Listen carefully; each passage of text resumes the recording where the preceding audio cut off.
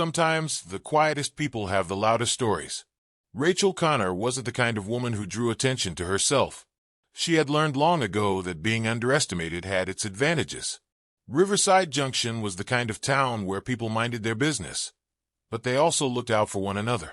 It was a place of old traditions and even older buildings, where the smell of fresh biscuits drifted out from the diner at dawn, and where the sun cast long shadows on the cracked asphalt by late afternoon. Life here moved at a steady, predictable pace, until the day trouble came rolling in on the back of 6 roaring motorcycles. Rachel stood at pump number 4 at Miller's fuel stop, filling up her old Ford pickup. The late afternoon heat pressed down, turning the air thick and heavy. She wore faded jeans and a simple button-down shirt, sleeves rolled to her elbows.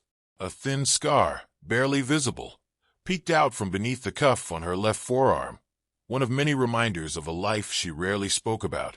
Her dark hair was pulled back into a neat bun, a habit from years spent in military barracks and combat zones. To anyone watching, she was just another local going about her business. But Rachel had always been good at blending in. Inside the station, Frank Miller, the owner, watched from behind the counter. He'd seen Rachel come through a few times over the last few months since she'd moved to town. She was always polite, always paid in cash, and never lingered longer than necessary. There was something about the way she carried herself, though, something that reminded him of the men he'd known in his younger days. Soldiers who had seen too much, but learned to keep moving forward. Then came the rumble, a sound that didn't belong in a town like this. Deep and growling, like an approaching storm. Frank's fingers twitched toward the shotgun beneath the counter, a reflex from his own time in Korea. He knew that sound. Trouble was coming. 6 motorcycles pulled into the station, their chrome gleaming under the relentless Texas sun. Their riders, clad in leather and patches, dismounted with the slow confidence of men used to taking what they wanted. The emblem stitched across their backs, a coiled serpent with blood-red eyes, marked them as members of the Iron Serpents, a gang that had been making a name for itself in towns just like Riverside Junction. Their reputation preceded them. At the front of the pack was Jackson Chains Blackwood. Tall, broad-shouldered, with a thick beard and arms covered in ink.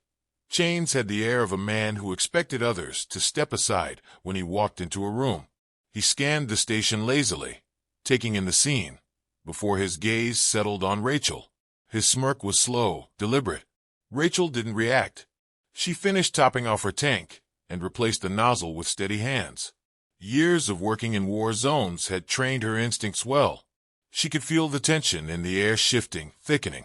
She had seen men like Chains before, men who thought intimidation was power. Chains took a step closer. "Nice day for a drive, sweetheart." His voice was smooth, with an edge meant to unsettle.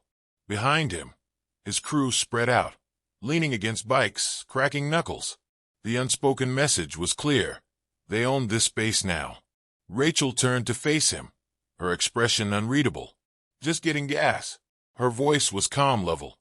Not hostile, but not inviting either. Chains chuckled, the sound void of humor. "Pretty lady like you shouldn't be out here alone. Roads can be dangerous." His eyes flicked toward his men, who grinned in response. Inside the store, young Bobby Thompson, the station's teenage attendant, swallowed hard and took a step back from the window. Frank, still watching, felt his grip tighten on the counter. This could go one of two ways, and neither of them liked the odds. Rachel exhaled slowly. The heat, the stillness, the weight of expectation hanging in the air. It reminded her too much of other moments, of roads far from here where the air had been thick with the scent of smoke and blood. But she had learned long ago that fear was a choice. She met Chain's gaze, steady and unflinching. "I appreciate the concern," she said, voice even measured. "But I can handle myself just fine." For a moment, Chain said nothing. Then his smirk widened. But there was something else in his eyes now, something harder. He took another step closer. The space between them shrank to almost nothing. Rachel didn't move. Chain's voice dropped lower, just for her. "Maybe you don't understand how things work around here. See, this town. It's ours now. And that means people like you." He let the words linger. "They listen when we talk. The radio inside the store crackled, the country music station fading in and out. The world seemed to hold its breath. Rachel tilted her head slightly, considering him. Then, with deliberate ease, she shifted her stance. A subtle thing, almost imperceptible. But for someone trained to see it, it was everything. And Chain saw it. The moment stretched too long. And then, for the first time, Chains hesitated. Rachel smiled.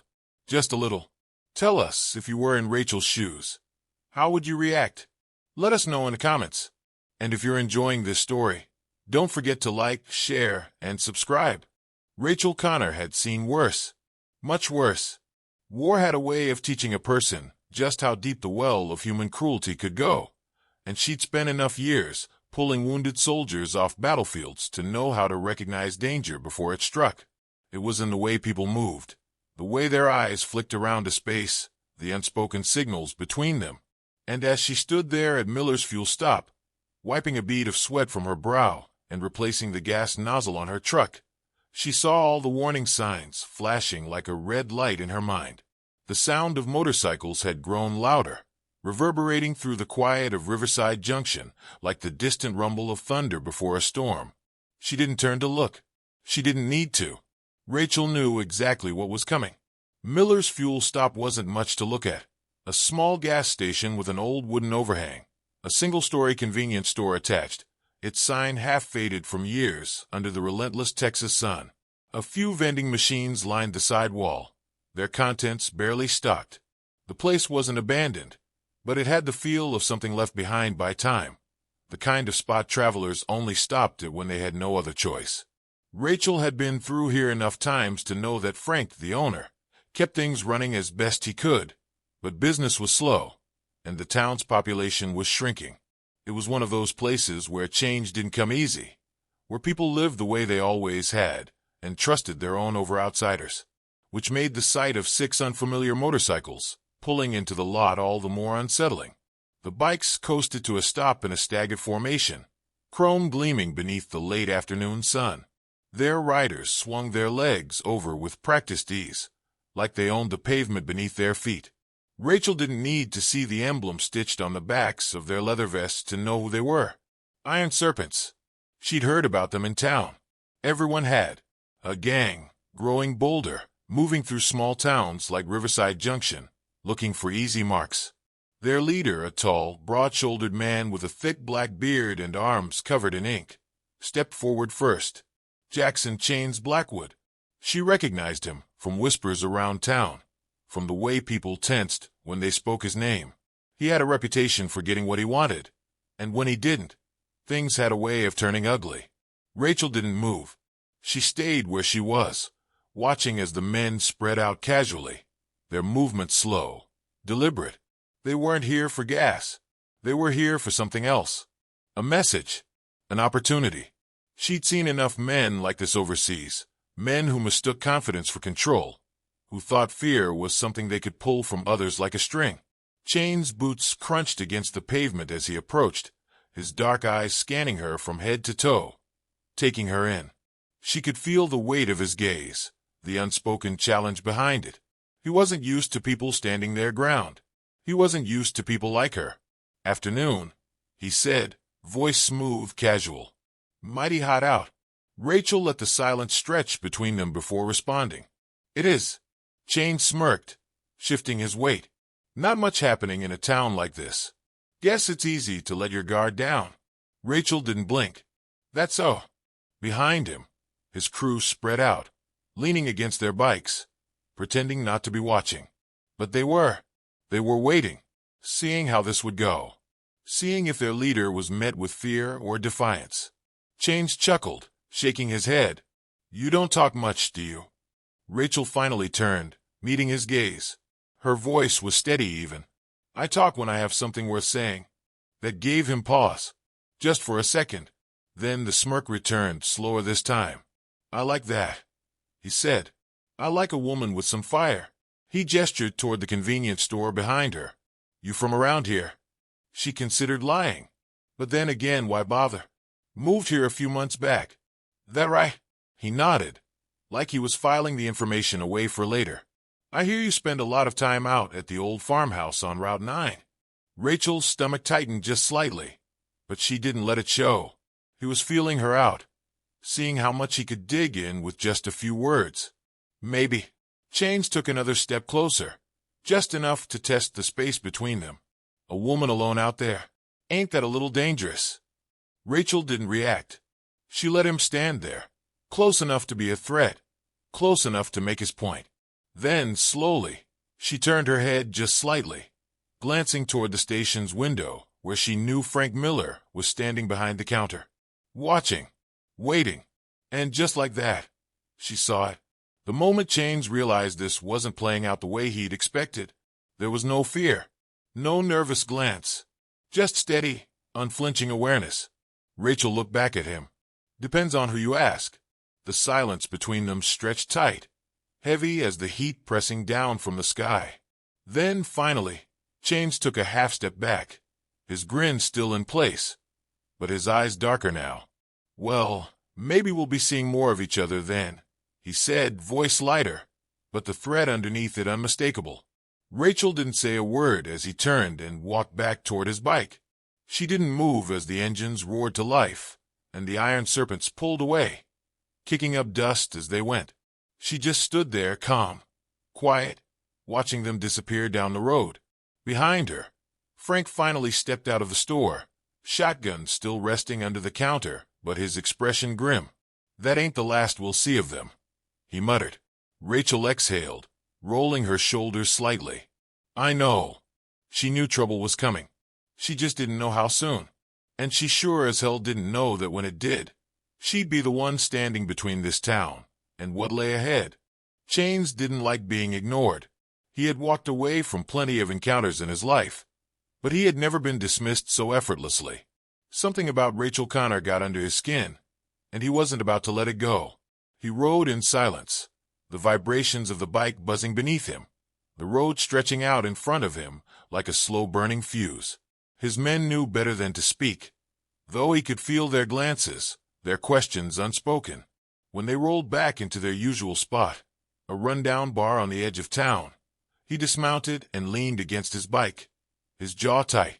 She's not like the others, one of the men muttered, breaking the silence. It was Knuckles, a wiry, sharp-eyed man who had been riding with Chains for years. He had an instinct for reading people, and even he had seen something different in Rachel. Chains exhaled slowly, his fingers drumming against the handlebars. No, she's not. He didn't like it. People were supposed to be predictable. They were supposed to fold when faced with overwhelming force, with the certainty of pain. But Rachel hadn't. There had been no hesitation, no glance away, no flicker of fear.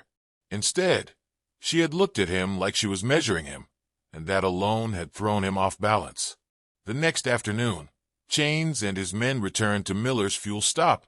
The town wasn't big, and word traveled fast. By now, everyone would have heard about their first visit. This time, they weren't coming to make conversation. Rachel was already there, standing by her truck, sipping from a bottle of water like she had all the time in the world. The same relaxed posture, the same steady gaze.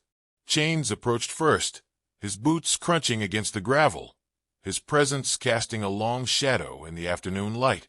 Afternoon, he said, voice smooth, carrying the same mock politeness as the day before. Figured we'd swing by and see how you were settling in. Rachel took another sip of water before responding. Thought I made it clear yesterday. I'm doing just fine. Chains let out a slow chuckle, but there was no real amusement in it. You got some nerve, he said, standing here like you own the place. Rachel's expression didn't change. I don't own the place, she said evenly. But I'm not leaving either. Behind Chains, his men spread out slightly, their movements calculated, meant to close in without being obvious. Rachel saw it, noted the way they positioned themselves like a net slowly drawing tighter. She had seen it before, halfway across the world, in places far more dangerous than this gas station. Frank Miller stepped out onto the porch of the station, wiping his hands on an old rag. He didn't say anything, but his presence was enough. Rachel didn't need to turn to know he had the shotgun within reach. He was watching the way a soldier watches, waiting for the moment everything goes south. Chains glanced toward the store before shifting his gaze back to Rachel. You know, people around here. He gestured vaguely toward the town. They tend to cooperate. Makes life easier. Rachel tilted her head slightly, studying him. You mean, they pay you to stay out of their way? Chains smirked. Call it what you want, sweetheart. But this town, it's ours now. Rachel exhaled slowly, as if she were merely tired of the conversation. Then she took a step closer, closing the space between them just enough to shift the balance of power. I've seen men like you before, she said, her voice steady. Different accents, different patches, but the same eyes, the same hunger, the same belief that fear is something you can take from people and make your own. Chain's smirk faltered, just for a second. Rachel continued. But the thing about fear is, once you take it from someone, they don't have it anymore. And then what? A muscle ticked in Chain's jaw. You think you're real smart, don't you? Rachel shrugged. Smart enough to know that you're not here for gas. Smart enough to know that the way you operate only works if people let it. Behind her, Frank shifted slightly, making sure the shotgun was visible. It wasn't a threat, it was a statement. He was ready, and Rachel knew without a doubt that if things escalated, Frank wouldn't hesitate. He had seen war too, and he knew exactly what this was. Chains took a slow breath, his frustration mounting. He wasn't used to this feeling of losing control. He had come here to assert dominance, to remind the town who was in charge. Instead, he was the one being challenged, forced into a position where he either had to back down or make a move he wasn't sure he could walk away from. His men were watching, waiting. Rachel didn't break eye contact. So what's it gonna be? She asked quietly. Are we done here? The air between them was thick, heavy with the weight of an unspoken threat. Chain's fingers twitched at his side, but he didn't reach for anything. Instead, he stepped back, just slightly, and forced a grin. This ain't over. Rachel nodded once. I didn't think it was. Chains turned, signaling to his men. They hesitated for only a second before following, mounting their bikes, engines roaring to life. Rachel watched them go, standing there in the heat, unmoved. Frank let out a slow breath. That could have gone worse. Rachel glanced at him. It's not over. Frank nodded, glancing toward the road where the bikers had disappeared. Yeah, I figured. Rachel took one last sip of water before tossing the bottle into the truck bed. We should start preparing. Frank studied her for a long moment. You think it's going to get that bad? Rachel's eyes were sharp, knowing. It always does. The bikers came back the next evening. The sun was just beginning to dip below the horizon, bathing Riverside Junction in hues of orange and gold. The town, quiet and unassuming on the surface, had been expecting them. Rachel knew they would return, bullies always did. They had something to prove now, a wound to their pride that wouldn't sit right until they made someone bleed for it. She was standing outside Miller's fuel stop when she heard the familiar rumble of engines rolling in from the highway. This time, it wasn't just 6 bikes, it was closer to a dozen. The Iron Serpents were sending a message. Chains was at the front, as expected, his beard catching the last light of the sun, his posture stiff, with barely contained rage. Frank stood at the doorway of the gas station, a quiet sentry, his shotgun still within reach. Across the street, shop owners were watching from their windows. People were paying attention now. Fear had its place, but so did resolve, and Rachel could feel the latter growing like an ember catching fire. The bikers pulled into the lot, forming a half-circle, their engines idling, rumbling deep like a pack of hungry wolves circling prey. Chains swung off his bike first, pacing forward with the slow deliberation of a man who expected the world to bend to his will. He looked at Rachel, his lip curling. "You're still here," he said, voice dripping with condescension. "Didn't think you'd be stupid enough to stick around." Rachel didn't react. She let the silence stretch, let the weight of her unwavering stance do the talking. She had seen this kind of man before, in war zones, in emergency triage tents, in places where death was just another part of the air you breathe. She knew his type, needed control, thrived on intimidation. But what happened when intimidation didn't work? The door to the station creaked open, and Bobby, the young attendant, stepped out hesitantly. He wasn't the only one. Across the street, a few more townspeople stepped out of their stores, their porches, their doorways.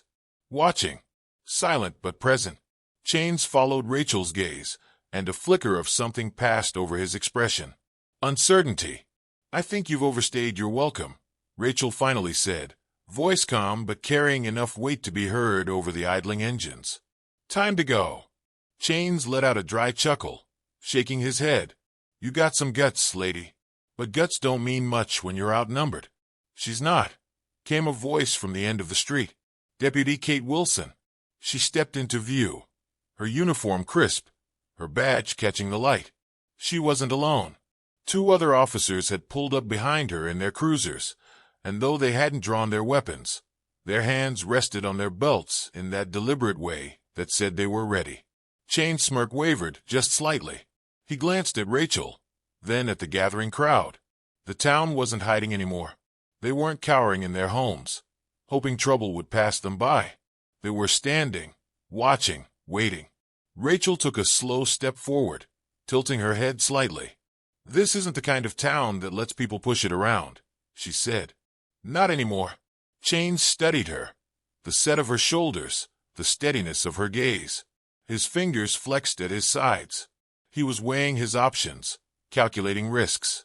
Rachel could see it all in real time, the way his jaw clenched. His breath came slightly shallower. He wanted to lash out, but he wasn't sure he could afford the consequences. Deputy Wilson took another step. "Miller's fuel stop is private property. You're trespassing," she said. "I suggest you and your men get on your bikes and ride out before I have to start calling in favors." Chain's crew shifted, muttering amongst themselves. Some of them were looking at him now, waiting for the call. They had expected easy pickings, not resistance, not the weight of an entire town watching their every move. Rachel didn't move. She let them see it, the way they were outnumbered, not by force, but by will. This was a town that had made a decision. Finally, after what felt like an eternity, Chains exhaled sharply through his nose, his mouth curling into something that wasn't quite a smile. "You're making a mistake," he said. Rachel held his gaze. "Maybe, but it's ours to make." Chains lingered for a few seconds longer, then turned on his heel, pacing back to his bike. One by one, his men followed, some with reluctance, some with obvious relief. The engines roared back to life, the deep thunder rolling through the streets as they pulled out, tires kicking up dust in their wake. Rachel watched them go, her jaw set, her hands steady.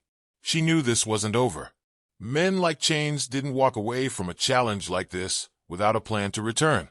Deputy Wilson stepped up beside her, arms crossed.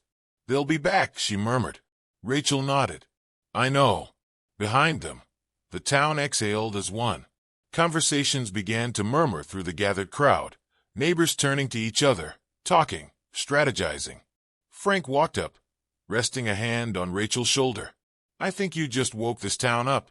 Rachel glanced at him, then at the people of Riverside Junction, who weren't scattering back into their homes, who were staying outside, talking, thinking, preparing. "Good," she said. "It's about time." The quiet of Riverside Junction didn't last long. By nightfall, the bikers made their move. It started with the sound of breaking glass, a single shatter that echoed through the town's stillness like a gunshot. Then came the distant rumble of engines, circling, prowling, looking for openings. Frank was the first to spot the damage. He had been keeping watch from the back of Miller's fuel stop when he heard the distinct crack of a window shattering. He stepped outside, shotgun in hand, and saw the dark silhouettes moving between the parked cars. A flash of metal, a crowbar striking the headlights of an old Ford, a bark of laughter, boots crunching against shattered glass. "Damn fools," Frank muttered under his breath, stepping back inside. He reached for the radio. It started. Rachel had been expecting this. She had spent the afternoon preparing, making sure every piece of the town's plan was in place. Surveillance cameras, makeshift barricades, coordinated patrols, everything had been set up. The people of Riverside Junction weren't running. They weren't hiding. They were ready. Across town, Deputy Wilson's cruiser idled near the diner. The radio crackled as Frank's voice came through, steady but urgent. "They're moving in." Wilson grabbed the mic. "We hold position. Everyone stays inside. Eyes open." The plan had been simple. Don't engage unless necessary. Gather evidence. Track movements. Make sure the bikers knew they were being watched. They weren't looking for a fight. At least, not yet. They were making a statement. And Rachel knew statements could be used against them. The bikers continued their spree. A row of trash cans overturned, their contents spilling into the street. The supermarket's front window was cracked by the swing of a steel-toed boot. At the high school, spray paint scrawled threats across the brick walls, marking territory that didn't belong to them. Rachel watched from the shadows near the town square, noting the way they moved. They weren't organized. They thought they were in control, but they weren't paying attention to the details. Who was watching? Which cameras were rolling? The number of people tracking them. Chains had underestimated them again. Rachel keyed her radio. "We let them keep going." Wilson's response was immediate. "Let them dig their own grave." And they did. Every move was recorded. License plates. Faces. The bikers, confident in their usual ability to terrorize without consequences, made no effort to hide. They posed for each other's amusement, knocking over mailboxes, ripping signs off storefronts, acting like no one could stop them. But then something shifted. A biker turned, his eyes catching a glint in the darkness. "Hey," he said, nudging the man beside him. "Something ain't right." The others followed his gaze, their laughter fading. Around them, porch lights flicked on, one after another, block by block, illuminating the town with an eerie synchronization. Then came the voices. Not shouts, not threats, just quiet, unwavering presence. Neighbors stood on their porches, arms crossed, phones in hand. Cameras pointed directly at the bikers. No one spoke. No one moved. Just the silent force of a town refusing to be afraid. Chains emerged from the darkness, eyes narrowing as he took in the scene. This wasn't how it was supposed to go. Rachel stepped forward then, calm as ever, standing directly in the wash of a street lamp's glow. "That's the problem with fear," she said, voice even. "If you use it too much, people stop listening." Chain's jaw tightened. "You think this means anything?" Rachel motioned slightly, and Deputy Wilson stepped into the light beside her. Then Frank. Then a dozen more. The town had assembled, not with weapons, not with violence, but with quiet defiance. "This means everything," Rachel said. One of the bikers shifted nervously. Another muttered something under his breath. Chains wasn't ready to back down. "You think some porch lights and cameras change the rules? We own towns like this. We decide who's safe." Rachel didn't blink. "Not anymore." A siren cut through the night. One of Wilson's calls for backup, making sure the gang knew they weren't as untouchable as they thought. The sound rippled through the group of bikers, their cocky expressions slipping just slightly. Chains glared at Rachel, but she saw it then, the doubt creeping in. She had cracked something in him, something that wasn't going to heal easily. "This ain't over," he snarled. Rachel nodded, stepping closer, lowering her voice just enough for only him to hear. "No, it's not. But you won't win." For the first time, Chains hesitated. Then, with a sharp jerk of his chin, he turned and walked back to his bike. His men followed, some more reluctant than others. The engines roared to life one by one, until the street was filled with the sound of retreat. Rachel exhaled, feeling the weight of the night settle over her shoulders. She turned to Wilson, who was watching the gang disappear into the darkness. "You think they'll stay gone?" Wilson shook her head. "No. But next time, they'll know we're not scared."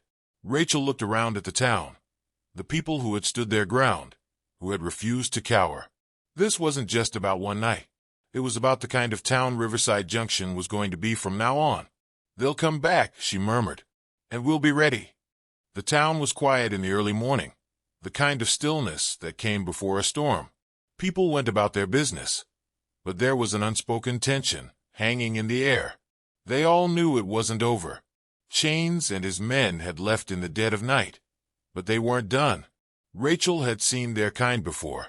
Men who needed to win, who couldn't stomach the idea of being outmaneuvered, especially by a town full of ordinary people who had refused to back down. Rachel stood outside Miller's fuel stop, hands in her pockets, eyes on the road. She didn't need to see them to know they were coming. The sun had barely risen when the distant growl of engines reached her ears. This time, there were more of them. Frank stepped out onto the porch, shotgun in hand. "You ready for this?" Rachel nodded. "They think they can scare us into backing down. We show them different." The first bike appeared over the hill, followed by another, and then another. A whole line of them, their chrome glinting in the morning light. They didn't try to be subtle. They wanted everyone to know they were here. They wanted to make sure the town saw them coming. Chains led the pack, his expression darker than the night before. He rolled to a stop in front of the station, kicking the stand down and stepping off. His men followed suit, their boots crunching against the gravel. Rachel didn't move. She just watched. Chains took a slow step forward, sizing her up. "I'm getting real tired of this game. You think this little town of yours can keep standing up to us? You think you're gonna win?" Rachel met his gaze without hesitation. "This isn't a game, and winning's got nothing to do with it." Chains chuckled, but there was no humor in it. "You should have walked away when you had the chance." Rachel took a step forward, closing the space between them. "I don't walk away. I don't make threats, I make promises. You push any further, and you're gonna find out just how bad of a mistake that is." Chains clenched his jaw, but before he could speak, the sudden wail of sirens filled the air. Flashing lights appeared on the horizon, cutting through the morning fog. Deputy Wilson's cruiser led the charge, but she wasn't alone. More vehicles followed, county sheriffs, state troopers, reinforcements. Chains and his men turned to watch as the law descended on them. The tables had turned. Deputy Wilson stepped out of her car, her hand resting on her holstered gun. "Got a call this morning," she said. Something about a group of men threatening private property. Destruction of town property. Sounded like a real problem. Chain's eyes flickered, rage simmering beneath the surface. He had expected intimidation to win the day. He hadn't expected resistance. And he sure as hell hadn't expected the law to step in this hard. One of the troopers stepped forward. "We've got warrants. Some of your boys have outstanding issues that need dealing with. We can do this easy, or we can do this hard." Chains turned back to Rachel. "You think this changes anything?" Rachel held his gaze. "I know it does. You don't own this town, and you never will." For a long moment, it seemed like he might push it, might try something reckless. But then, slowly, he stepped back, glancing at his men. He knew the fight was over. Not just today, but for good. Riverside Junction wasn't going to be another town under his thumb. With a sharp whistle, he turned, mounted his bike, and fired up the engine. One by one, his men followed suit. The engines roared as they pulled out, dust kicking up behind them. Chains looked back once, his expression unreadable, before disappearing over the horizon. Rachel let out a slow breath as the town began to stir. People stepped out of their homes, onto porches, out onto the street. They had won, not through violence, but through resolve. Frank clapped a hand on her shoulder. "Looks like you were right." The days that followed were unlike anything Riverside Junction had ever experienced. The fear that had once lingered in the air was gone, replaced by something stronger, something permanent: unity. People weren't just going back to their routines. They were moving forward together. Frank had taken to standing outside the gas station every morning, coffee in hand, surveying the streets with a sense of pride. The damage from the bikers' last attempt had been cleaned up almost overnight. Windows were replaced, fresh coats of paint covered the gang's crude messages, and lights had been installed in places that once sat in darkness. The town had learned something vital. Their strength wasn't in their isolation, but in their willingness to stand together. Rachel had thought about leaving. That had been the plan from the beginning. Move to a quiet town, keep to herself, and start fresh. But Riverside Junction wasn't just a place to pass through anymore. It had become something more. As she walked down Main Street, nodding at shopkeepers, stopping to chat with neighbors, she felt it, a connection she hadn't realized she needed. Never figured you for the settling type, Deputy Wilson said one afternoon, leaning against her cruiser, watching Rachel fix a fence post near the diner. Rachel smirked. Neither did I. Wilson took a sip of her coffee. We could use someone like you. You've got a way of getting people to listen. Hell, you got this town to wake up. Rachel shrugged. Didn't do it alone. No, Wilson agreed. But you started it. Down the street, Bobby Thompson had set up a new radio system in the town hall, connecting the businesses and households with an emergency line. James Washington had reinforced his shop security with motion lights and reinforced locks. Mrs. Rodriguez at the bakery had started a neighborhood watch program that was less about patrols and more about keeping an eye out for one another. Riverside Junction had changed, not just in how it looked but in how its people carried themselves. There was a confidence now, a belief that they weren't just waiting for trouble. They were prepared for it. Then came the message. It arrived early one morning, scrawled across a piece of scrap paper, left tucked under the windshield wiper of Deputy Wilson's cruiser. No signatures, no threats, just a simple sentence. This town stands together now. Don't come back. Wilson brought it straight to Rachel. Think it's them? Wilson asked. Rachel read the note twice before folding it and slipping it into her jacket pocket. Maybe. Or maybe it's just someone making sure the message is clear. Wilson studied her. And do you think they'll listen? Rachel glanced down the street, where people were opening their shops, sipping coffee on their porches. Kids riding their bikes, without a care in the world. She took a deep breath and nodded. They'd be stupid not to. The days turned to weeks, and life settled into something that resembled peace. But it wasn't the fragile, hesitant peace of before. It was solid, earned. Frank had taken to leaving the light on at Miller's fuel stop, not because he was worried about trouble, but as a quiet symbol. This town didn't go dark anymore. Rachel found herself sitting outside the station one evening, watching the sunset, listening to the quiet hum of a place that had found its strength. Wilson sat beside her, stretching her legs out in front of her. So what now? Rachel chuckled. I was hoping you'd tell me. Wilson smirked. You staying? Rachel took a moment before answering. She thought about all the places she had been, the battles she had fought, the way she had always been looking for the next thing, never staying long enough to put down roots. But this place? It had given her something she hadn't even realized she needed. A reason to stay. Yeah, she said finally. I think I am. Wilson nodded, as if she had known the answer all along. Across the street, Bobby was testing the emergency system, radioing in updates. James Washington locked up his shop with a satisfied nod. Mrs. Rodriguez waved from the bakery, where fresh loaves were cooling on the racks. Rachel exhaled, feeling something settle inside her, something steady and sure. She had found her place. And no one, not Chains, not his gang, not anyone, was going to take it from her. What would you do in a situation like this?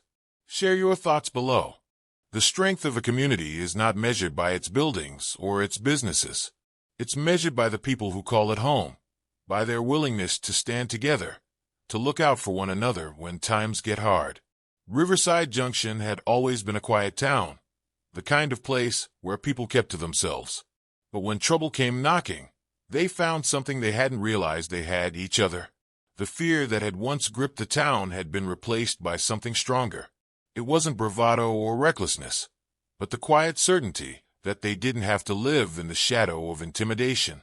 The people of Riverside Junction had seen what fear could do, how it crept in and made them feel small, powerless. But they had also seen what happened when they refused to give in. Rachel had given them a spark, but it was the town that carried the flame. They had come together, not with weapons or violence, but with resolve, with unity. They had proven that sometimes standing your ground wasn't about fighting. It was about refusing to be pushed down in the first place. The bikers had left, and though the scars of their time in Riverside Junction remained in broken windows and fresh paint, they also remained in something less visible, but far more lasting. People who once barely spoke now shared morning coffee on porches. Neighbors who had once been strangers now checked in on each other. The town had changed, not just for now, but for good. Rachel had thought she was passing through, but she had found herself rooted in the very place she had planned to leave. She had spent years running from memories, from ghosts, from the feeling that she didn't belong anywhere. But here, in this town that had found its strength, she had found something of her own. Purpose. She still went to Miller's fuel stop most mornings, sharing quiet conversations with Frank, watching as people stopped in to grab their morning coffee and exchange stories. She still walked down Main Street in the afternoons, waving to James at his shop, checking in with Bobby at the radio station. And every evening, as the sun set, she sat outside her small home, listening to the peaceful hum of a town that had found its way back to itself. Deputy Wilson had told her once, "You changed this place." Rachel had shaken her head.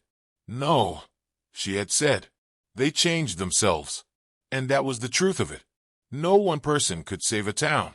No one person could fix everything. But one person could remind others of what they were capable of.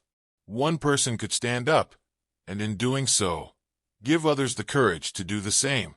That was the real lesson of Riverside Junction. Strength wasn't in fighting battles. It was in knowing when to stand, when to hold the line, when to refuse to give in to fear. And in that, they had all won something greater than just safety. They had won themselves back.